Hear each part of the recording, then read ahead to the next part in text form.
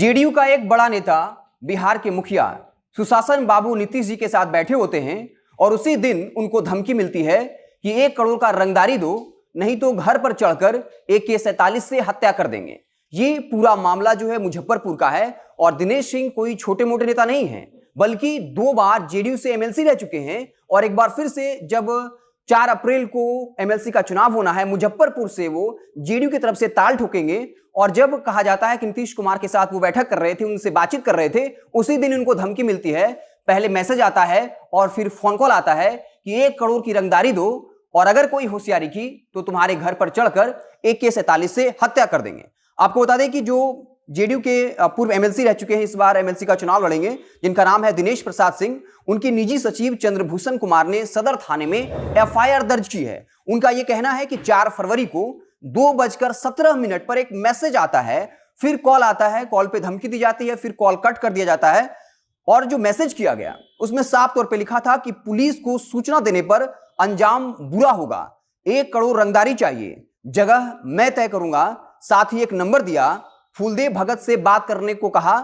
साथ ही जरा सी चालाकी करने पर बीबीगंज स्थित घर पहुंचकर AK-47 से हत्या कर देने की धमकी दी गई थी। तो साफ तौर पे आप समझ सकते हैं कि जहां लगातार जेडीयू खुद कहती है कि उन्होंने बिहार को जंगल राज से निकालकर सुशासनी राज स्थापित किया है, वहां पर एक जेडीयू का बड़ा नेता जो 2 बार एमएलसी रह चुका है, उससे पहले एक बार निर्दलीय चुनाव जीत चुका है, एक बार फिर से जेडीयू की तरफ से एमएलसी का चुनाव लड़ने वाला है, सीएम नीतीश के साथ बैठकर बातचीत कर रहा होता है और उस दिन उसको यह धमकी मिलती है। हालांकि जब इतना बड़ा मामला है, हाई प्रोफाइल मामला है, तो पुलिस बाकायदा अलर्ट हो गई।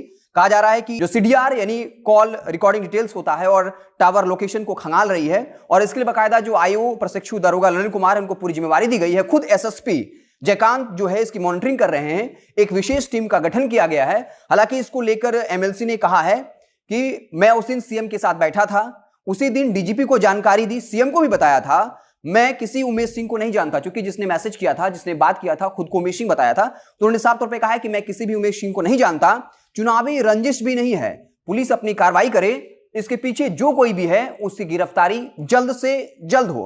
हालांकि एक खबर यह भी है कि खुफिया विभाग ने अलर्ट किया था कि जो इस बार के एमएलसी प्रत्याशी हैं दिनेश प्रसाद सिंह, उनको चुनावी रंजिश की वजह से उन पर हमला हो सकता है, ऐसा खुफिया विभाग ने अलर्ट किया था। हालांकि दिनेश प्रसाद का कहना है कि उन्हें जो है किसी तरीके से चुनावी रंजिश नहीं है।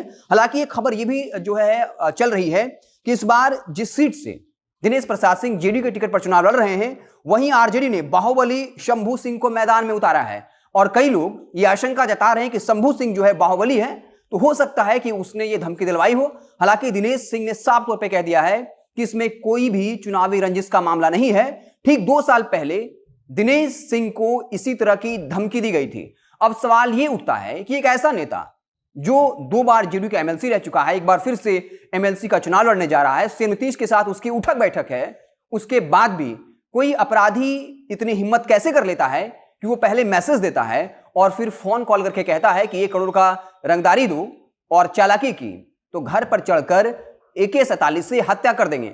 जबकि बिहार पुलिस के पास तमाम एजेंसियां हैं, खुफिया विभाग है, इंटेलिजेंस ब्यूरो है, इसके अलावा कई ATS है, SIT है, उसके बाद भी कोई अपराधी इस तरह की हिम्मत कर रहा है, तो आप समझ सकते हैं कि वाकई में अपराधियों में कितना खौफ बचा है। और जब ये नेताओं के साथ हो रहा है, वो भी जो सत्ताधारी पार्टी है और गृह मंत्रालय सीएम नीतीश के पास है, उनकी पार्टी के नेताओं के साथ हो रहा है, तो अपराधी किस कदर बेलगाम है, इस बात को आप आसानी से समझ सकते हैं।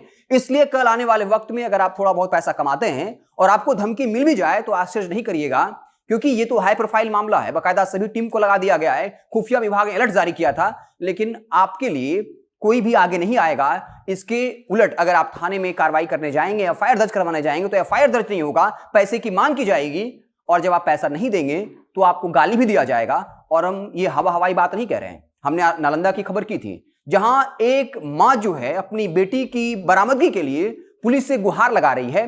4 महीने से उसकी बेटी गायब है। एक बार पहले अपहरण किया जाता है, यौन शोषण 2 दिन किया जाता है, फिर मन नहीं भरता, फिर उनकी बेटी को उठा लेता है और जब मां थाने पहुंचती है तो कहती है कि थानेदार उनको गाली देता है और हर जगह जाकर गुहार लगा रही है, कोई सुनवाई नहीं हो रहा है। तो समझिए, जब इस तरह के हाई प्रोफाइल नेताओं के साथ अगर ऐसा हो रहा है तो वाकई में बिहार में कैसा शासन राज है। और आपको याद होगा कि ये तो जेडीयू के बड़े नेता ठहरे जो सीएम नीतीश के साथ सीधे उनकी बैठकी है, लेकिन एक और जेडीयू नेता समस्तीपुर से थे, मोहम्मद खलील रिजवी, क्या हुआ उनके साथ आपको पता होगा। बीफ खाने के नाम पर उनको जिंदा जलाकर मार दिया गया। और आपको पता होगा कि 16 फरवरी को अपहरण हुआ, 17 फरवरी को 2,75,000 रुपए की मांग की गई और यह कहा गया कि अगर यह पैसा नहीं दिया जाता है तब उनकी किडनी को बेच दिया जाएगा। और ठीक एक दिन के बाद 18 फरवरी को उनकी पत्नी अपहरण का केस दर्ज करती हैं और उसी दिन विपुल कुमार की गिरफ्तारी होती है। और फिर उसके कहने पर जब उस घटनास्थल पर पहुंचा जाता है तो वहां पे मोहम्मद खलील रिजवी का अजली अवस्था में शव बरामद होता है। हालांकि फिर अनुराग झा को 21 फरवरी को गिरफ्तार कर लिया गया। तो यह है सुशासनी राज का जो कह सकते हैं उदाहरण कि आप समझ सकते हैं कि वाकई में नीतीश कुमार ने बिहार को जंगल राज से बाहर लाकर वाकई में बिहार में कानून का राज स्थापित किया है, सुशासन का राज स्थापित किया है। आप देखते रहे जनता जंक्शन। जैसे ही कोई और नया पॉलिटिकल डेवलपमेंट होगा, कुछ नई सियासी बयानबाजियां होंगी तो हम उससे आपको लगातार रूबरू कराते रहेंगे। बहुत बहुत धन्यवाद।